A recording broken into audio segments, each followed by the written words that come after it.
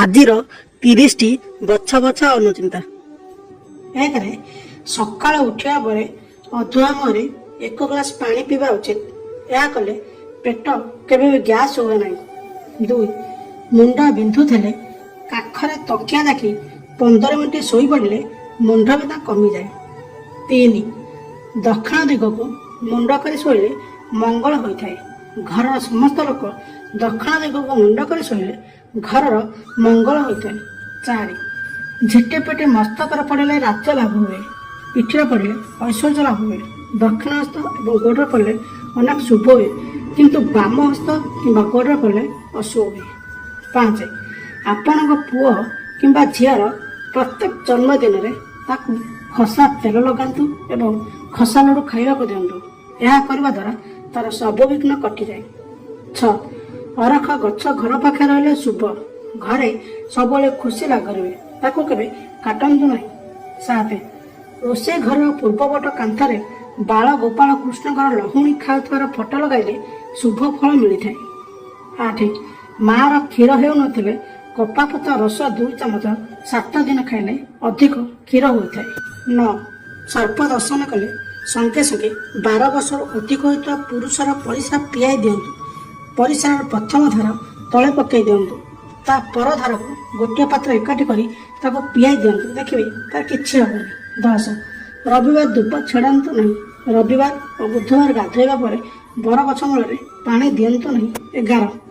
ସଂକ୍ରାନ୍ତି ଦିନ ସ୍ତ୍ରୀମାନେ ସ୍ୱାମୀଙ୍କ ହାତରୁ ସିନ୍ଦୁର ପିନ୍ଧିଲେ ଚିର ସୌଭାଗ୍ୟବତୀ ହୁଅନ୍ତି। 12. ଦୀପାବଳି ଦିନ ଯଦି ଘର ପାଖରେ ପେଚା ଦେଖନ୍ତି, ବିଲେଇ ଘରେ ପଶି କ୍ଷୀର ପିଏ ଏବଂ ରାତିରେ ଘରେ ମୂଷା ବା ଛୁଚୁନ୍ଦର ଦେଖନ୍ତି, ତେବେ ମା ଲକ୍ଷ୍ମୀଙ୍କ ଆଗମନର ସୂଚନା ମିଳିଥାଏ। 13. ରୁଟି କରିସାରିବା ପରେ ରୁଟିକୁ କେବେ ଗଣନ୍ତୁନି କିମ୍ବା ହଟକେଶକୁ କେବେ ଖାଲି ରଖନ୍ତୁନି, ଏହା ଅମଙ୍ଗଳ ଅଟେ। 14. କବାଟକୁ କେବେ ଗୋଡ଼ ମାରି ଖୋଲନ୍ତୁ ନାହିଁ କିମ୍ବା ବନ୍ଦ କରନ୍ତୁ ନାହିଁ, ଏପରି କଲେ ମାନସିକ ସ୍ଥିତି ଖରାପ ହୋଇଥାଏ। 15. ଶ୍ୱାସ ଯଦି ଆପଣଙ୍କର ବଢ଼ିଯାଉଛି, ତେବେ ପାଚିଲା କଦଳୀକୁ ଗୋଲମରିଚ ସହ ମିଶି ଖାଇଲେ ଭଲ ହୋଇଯାଏ। 16. ଏକ ଆଖିଆ ନଡ଼ିଆକୁ ଲାଲ କପଡ଼ାରେ ଘୋଡ଼େଇ କରି ରଖିଲେ ଶୁଭ ହୁଏ ଏବଂ ଛୋଟ ପିଲାମାନଙ୍କର ମଙ୍ଗଳ ମଧ୍ୟ ହୋଇଥାଏ। 17. ପିଲାଙ୍କୁ କୃମି ହେଉଥିଲେ ନଡ଼ିଆ କତାକୁ ସିଝାଇ ତାର ପାଣିକୁ ଦିନକୁ ଥରେ ଲେଖାଏଁ କରି 6 ରୁ 7 ଦିନ ପିଲାଙ୍କୁ ପିଇବାକୁ ଦିଅନ୍ତୁ, ଦେଖିବେ ପିଲାଙ୍କର କୃମି ପୁରାପୁରି ଭଲ ହୋଇଯିବ। 18.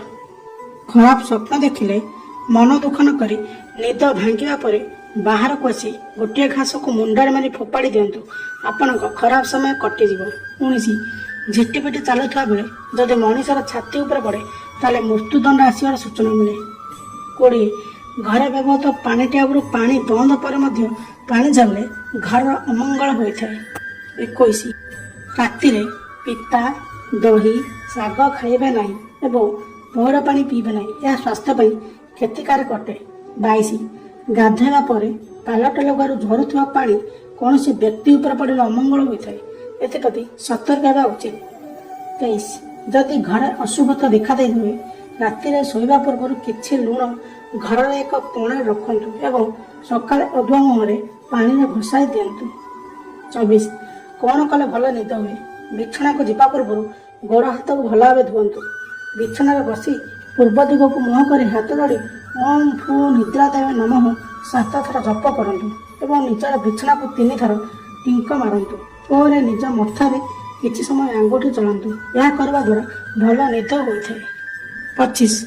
ଘରେ କୌଣସି କଥାର ସମାଧାନ ମିଳୁନଥିଲେ ଘରର ସମସ୍ତ ସଦସ୍ୟ ଜିତ ଥିବା ସମୟରେ ସମସ୍ତ ପରିବାରର ସଦସ୍ୟ ପାଣି ପିଉଥିବା ସ୍ଥାନରୁ ତମ୍ବା ପାତ୍ରରେ କିଛି ପାଣି ଆଣି ପ୍ରତ୍ୟେକ କୋଣରେ ଛିଞ୍ଚିବା ପରେ ପାତ୍ରଟିକୁ ମଝିରେ ରଖିଲେ ସମାଧାନର ପଥ ମିଳିଥାଏ। 26. ଭୂମିରେ ପଡ଼ିଥିବା ଫୁଲ କିମ୍ବା ଆପେ ଝଡ଼ିଥିବା ଫୁଲ ଠାକୁରଙ୍କ ପୂଜା ପାଇଁ ଯୋଗ୍ୟ ନୁହେଁ, କିନ୍ତୁ ସେଫାଳି ବଉଳ, ତୁଳସୀ ପତ୍ର, ବେଲପତ୍ର ଏଗୁଡ଼ିକ ଝଡ଼ିଥିଲେ ମଧ୍ୟ ଦେବ ପୂଜ୍ୟ। 27. ଖାଦ୍ୟ ଖାଇବା ବେଳେ ଲୁଣ କେବେ ଭୂଇଁରେ ପକାଇବେ ନାହିଁ କିମ୍ବା ହାତରେ ଲାଗିଥିବା ଲୁଣକୁ କେବେ ନିଜ ବସ୍ତ୍ରରେ ପୋଛିବେ ନାହିଁ। 28. ମାଙ୍କଡ଼ ଘର ଭିତରକୁ ପଶିଗଲେ ଅଶୁଭ ହୋଇଥାଏ। ପ୍ରତିକାର ମଙ୍ଗଳବାର ଦିନ ବ୍ରାହ୍ମଣଙ୍କୁ ହନୁମାନ ଚାଳିଶା ବହି ସହିତ ଦକ୍ଷିଣା ଦାନ କରିବା ଉଚିତ। 29. କଙ୍କଡ଼ା ବିଛା, ମହୁମାଛି, ନାଉଡ଼ ମାରିଲେ କ'ଣ କରିବେ? କଙ୍କଡ଼ା ବିଛା କିମ୍ବା ମହୁମାଛି ଆପଣଙ୍କର ଯେଉଁ ପଟ ଅଂଶକୁ ଦଂଶନ କରିଥିବେ ତାର ବିପରୀତ ଆଖିରେ ଲୁଣ ପାଣି ପକାଇଲେ ବିଷ ସମ୍ପୂର୍ଣ୍ଣ ହରଣ ହୁଏ। ଯଦି ଆପଣଙ୍କର ଡାହାଣ ପଟ ଅଂଶକୁ ଦର୍ଶନ କରିଥିବେ ତାହେଲେ ବାମ ପଟ ଆଖିରେ ଲୁଣ ପାଣି ପକାଇବେ। ଯଦି ବାମ ପଟ ଅଂଶକୁ ଦର୍ଶନ କରିଥିବେ ତାହେଲେ ଡାହାଣ ପଟ ଆଖିରେ ଲୁଣ ପାଣି ପକାଇବେ। 30. ଆଖୁ, ପାଣି, କ୍ଷୀର, ପାନ, ଫଳ, ଔଷଧ, ଏହି 6ଟି ଦ୍ରବ୍ୟ ଆପଣ ଯେକୌଣସି ଓଷାରେ ଖାଇବେ କୌଣସି ଅପରାଧ ହୁଏ ନାହିଁ।